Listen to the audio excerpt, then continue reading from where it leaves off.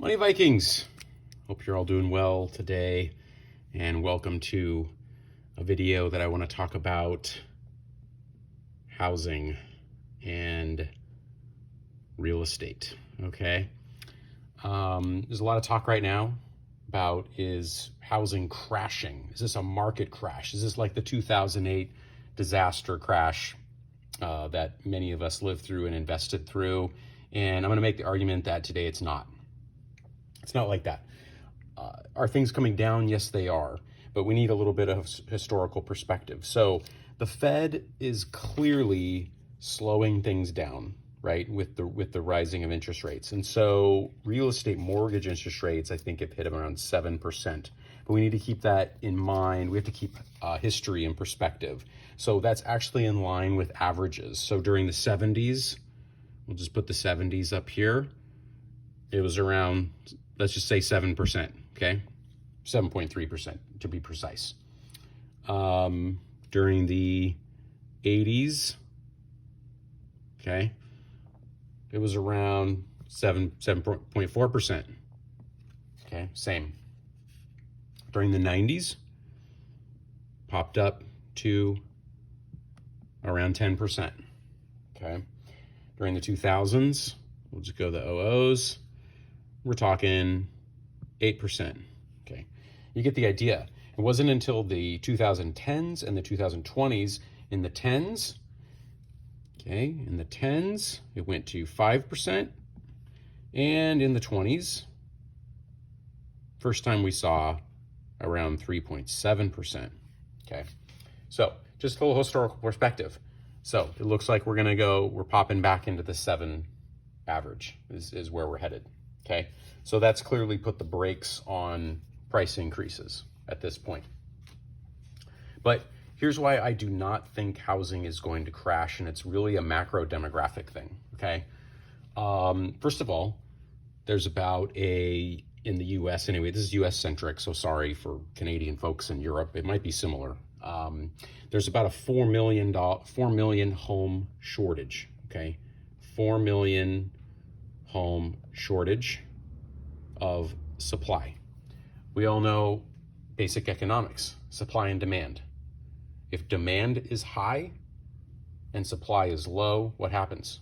Price of something increases, okay? I think that's exactly what we have when, here, let me draw a Money Viking helmet, just because. Let's see here, let's draw dollar sign. Let's do the Dave guy. Give him a mustache. Okay, so housing, 4 million shortage. I'm gonna tell you why there's demand, okay?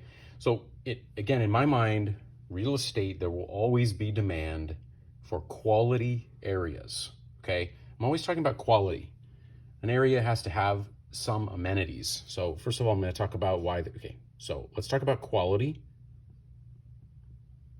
Quality, I think, is about jobs. I'm just gonna put a J here. It's about schools. It's about culture. You could also say it's about safety, okay? It's gonna be quality factors, right? That's gonna make an area be in demand. So yeah, there's real estate all around the planet. Most of it can't be used because it's submerged by the ocean. A lot of the land is inhospitable and is not connected to any kind of utilities, so you really can't live there unless you're willing to live like an animal off the grid, which if you can, good for you. That's awesome, thumbs up. Good luck though raising a family that way. It doesn't seem very easy to me. So people are going to look for quality areas. They're going to be in demand. There's going to be demand, and as you can see, there's a shortage of supply. I don't think we're going to get that supply taken care of anytime soon. So there's another demographic situation going on here. The largest generation of people in the United States right now, again, sorry, it's US centric, are millennials.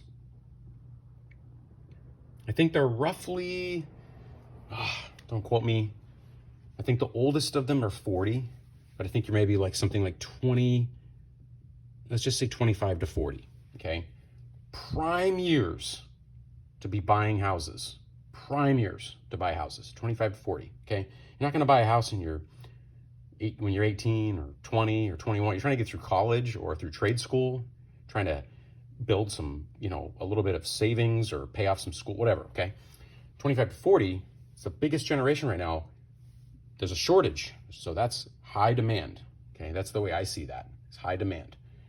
72 million of them. There's 72 million millennials, okay? It's a lot of them. It's a lot of people in the prime of their consumption lives. Consumption in life kind of can go down later in life for some people. In their 90s, people aren't consuming as much. They're not raising families. They're actually not eating as much, typically.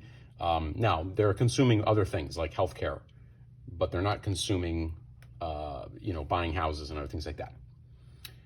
That adds to the problem, though. I should add this. So a lot of people are staying in their houses longer as well. And I think that's only going to increase with technology. So people are staying in houses longer. I think with technology, robots, home care type stuff, I think that's actually going to even increase. So you have that going on. Let's see if I can. Oh, this isn't. Oh man, I don't think I did a good job of this. I was trying to. Okay. I was trying to draw a good robot, but the robot's not working out. No, this robot is not working out. Okay, got a robot. It's not that good. Okay, let's move this up a little bit. Okay. Late start, millennials. It's been a late start for a lot of these folks, okay? They were hit by some crazy stuff. First of all, their school loan was high, school debt was high, and they entered the job market just as technology was sort of taking force and changing the demographics of the job market, changing the nature of jobs. So off to a late start, okay? It's another thing here compared to other generations. So at 30 years old, only about 40% of the millennials owned homes, and that's the lowest of other generations like boomers, Gen X, and others. Okay. So next thing I want to say is about the value of real estate, okay? So home values, okay? So I think it's still an asset that people are going to desire because for a couple of reasons. So you can build equity. So it helps you build wealth.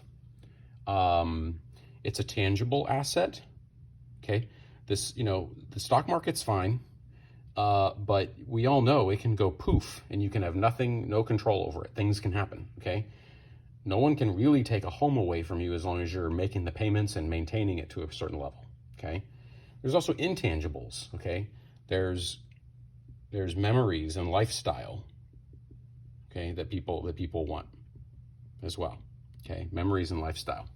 So you gotta keep that in mind. So it's, in general, my point is it's a big Q for quality. Okay. It's a quality asset. Okay. So that's the long and short of it. A lot of stuff going on up here, but the point is that I don't think things are going to drop as much as people think they are. They're going to go down because, again, if you go up here, you're going back to the 70s and 80s when you had 7%, the 90s you had 10% interest rates. That always slows down because people can't afford. The higher this goes, the less people can afford every month. So it puts downward pressure on the overall price of the home. So for those reasons, I think you have a situation where it's going to go down a bit, maybe level off for a while, but still over the long run, probably going to go up. So with that, I really appreciate you watching. I would really appreciate you smashing the old thumbs up, like, and please subscribe to Money Vikings. Also check out True Wealth. Money Vikings, True Wealth. Money Vikings.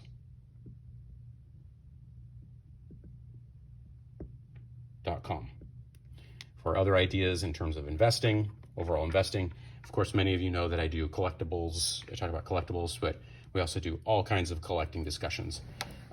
Investing, real estate investment trusts, traditional real estate, equities, bonds, etc. Just living a life of true wealth and conquering financial freedom. Thanks a lot for watching. Talk to you all soon.